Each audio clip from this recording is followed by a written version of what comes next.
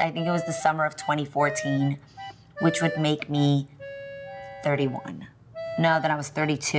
No, I was 31, about to turn 32. I was there during the summer.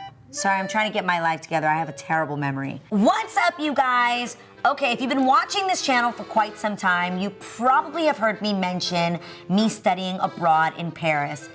But it just dawned on me that I've never actually explained the whole story, what made me want to go to the most romantic city in the world by myself. So let's get into it right here, and I'll tell you how I fell in love with myself in the city of love.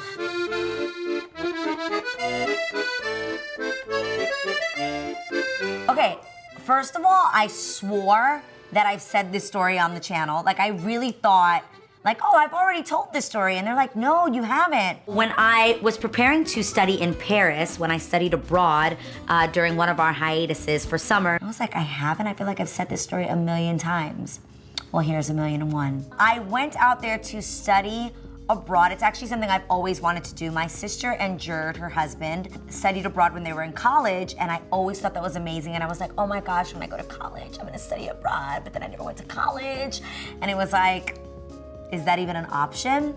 So here I am, 30, how old was I? I think I was 31. I'm gonna keep scrolling until I figure out what year it was and how old I was, but I always wanted to study abroad, didn't know that it was possible because I never went to college, knew that it was something I wanted to do. Everybody knows that when we're on The Real, we film pretty much like a school year. We start in September, we're wrapped in May, and then we had the whole summer off for hiatus. I didn't know that there was a program for people who had never gone to college where you could just pay. It was 2015. It's so crazy. I'm looking at this girl. This is me drinking a glass of red wine on my balcony of my apartment out there. And I just remember dreading the idea of coming home, but that's the end of the story. Let's rewind.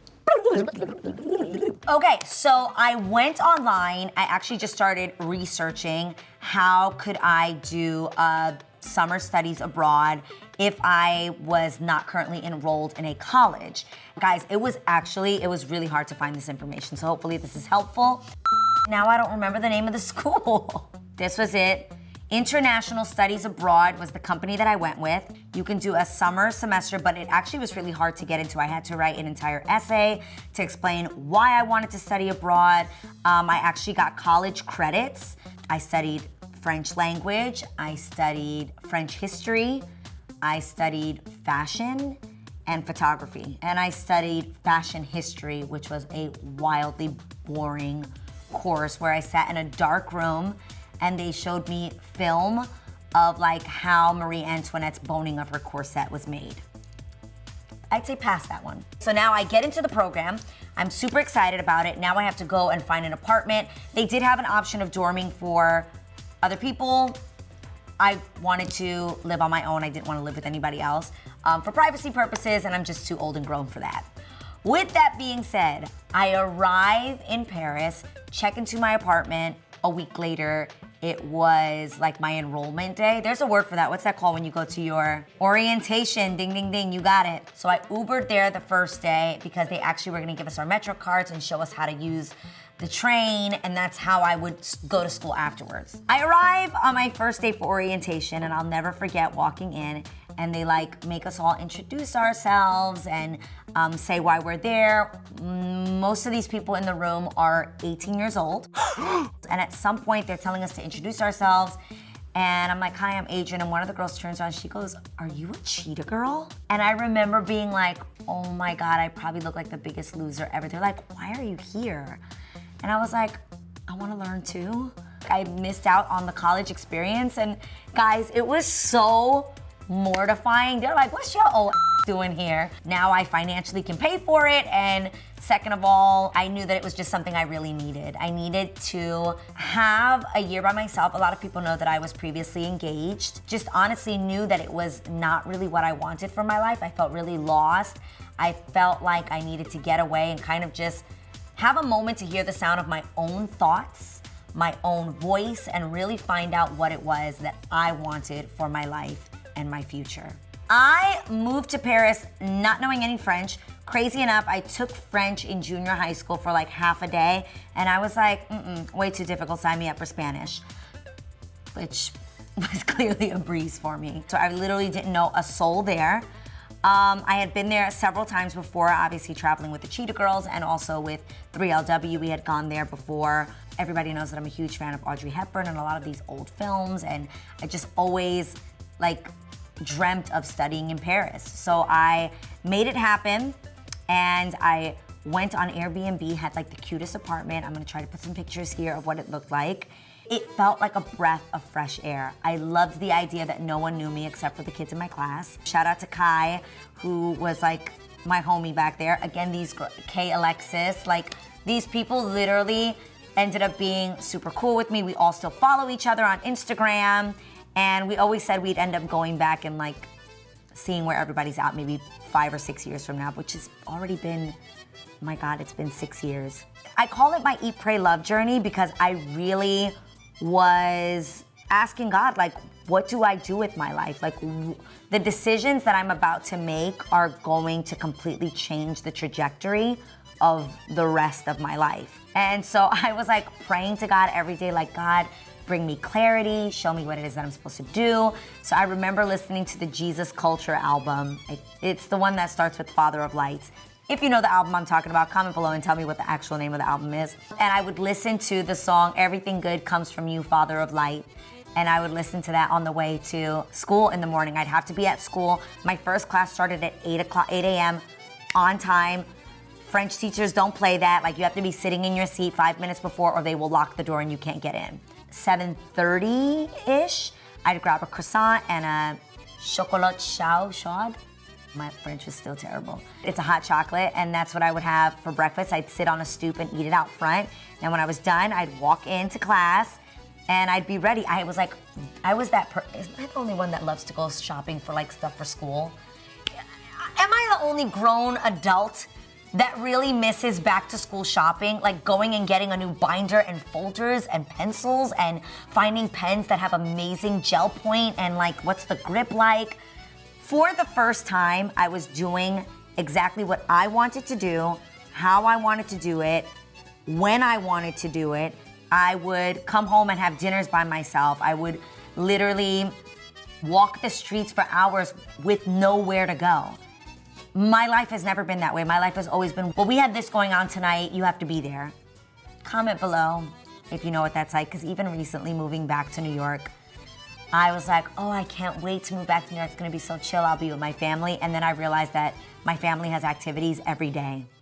That was not a problem in Paris. I had no plans to meet nobody, and I walked and walked, and I cried on some of those walks.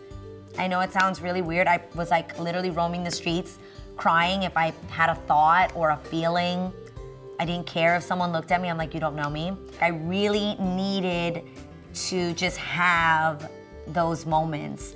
I loved being able to come home. I don't even think I had a television.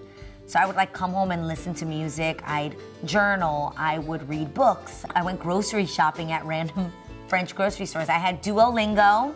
That was the app I used that kind of like would help me. I made really dope memories, but more than anything, I really loved hanging out with myself. And I know that that sounds really weird. At 31 years old, I knew that I loved alone time, but I still had the influence of what other people thought would be best for my life. And just being honest, what if marrying this person is like the right thing to do, but not the right thing to do? Does that make sense? And I really had to come to terms with that. So, spent a lot of time alone. I spent a lot of time praying. I spent a lot of time crying. I got to find out what kind of shows do I like. I had an iPad and I would download movies that I liked because there was no one around me to ask, like, is it okay if I watch this? I don't think we realize how much influence the people around us have on us versus spending time alone really allows you to authentically become who you are. And then you get to a certain place where you're like, and I actually really love this person. And I love the quirky songs that I love. I discovered that my favorite song in life is called Danny's Song. There can be a Kenny Loggins version of Danny's Song or Anne Murray's version of Danny's Song. They're both phenomenal. Comment below if you were old enough to remember when they used to sell CDs on infomercials on TV and they would play a clip of the song. I heard, and even though we ain't got money, and I was like, also recognized I didn't want to go to the Louvre every single day like school made me. So if I never go to the Louvre again, it'll be too soon. I was in the Louvre 4 days a week, 4 hours at a time, quite a bit much. So I recognize I do like museums. I don't want to be there all day, every day. At some point, my mom did come and visit me and she stayed with me and that was awesome. I got to get on the train with her and go to London.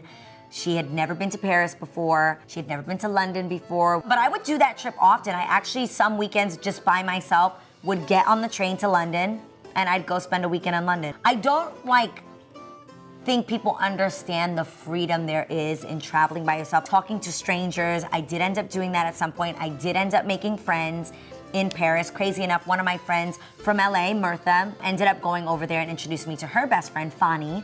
And it's crazy because I met her during that time.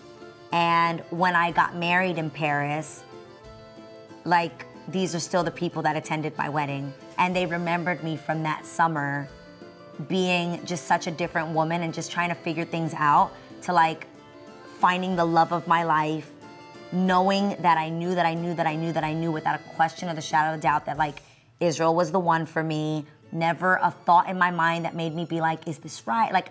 I knew it. Not on this trip, but years later when we went. I'll never forget sitting at one of my favorite restaurants called Ferdi and just literally having a burger with him. And we cried over a meal, literally bawling our eyes out, just we knew that we were soulmates and that we were supposed to be together. It was just beautiful. We end up having that. We end up going on a trip to Greece later on, end up coming back to Paris, and that's when I got engaged. Paris is just the most special place to me. So on that picture that I was talking about, that photo is of me on my last day there. I just remember being really sad that I was leaving because I knew that I was coming home to make some really difficult decisions. And even though it was really hard, it was put your big girl panties on, do what you gotta do so that you can ultimately be happy. And I did, and I'm really, really, really proud because I know that had I not gone on that trip, I don't think I ever would have found the courage or the love for myself enough to make a decision that I really wanted. For me, taking a trip like this really allowed me to fall in love with myself, and in falling in love with myself, I was able to find someone who could see me for who I really am and love me for who I really am. Not all the put-ons that we put for other people or even the little things that we pick up from being with other people. Have you ever found yourself just being around with somebody so much that you start acting like them? Who do you start acting like when you're by yourself? For me, I start acting most like me, who I really, really am, and that was really important for me to do, and I'm just so grateful for it. So, if you could go anywhere in the world on your own and have an adventure, where would you go? Comment below. For me, it was Paris, and it was a life-changing experience, and I'm just glad that I'm here to share it with you guys. I hope that it encourages you, inspires you. Let me know in the comments below what you think about this, and don't forget to subscribe. See you next week.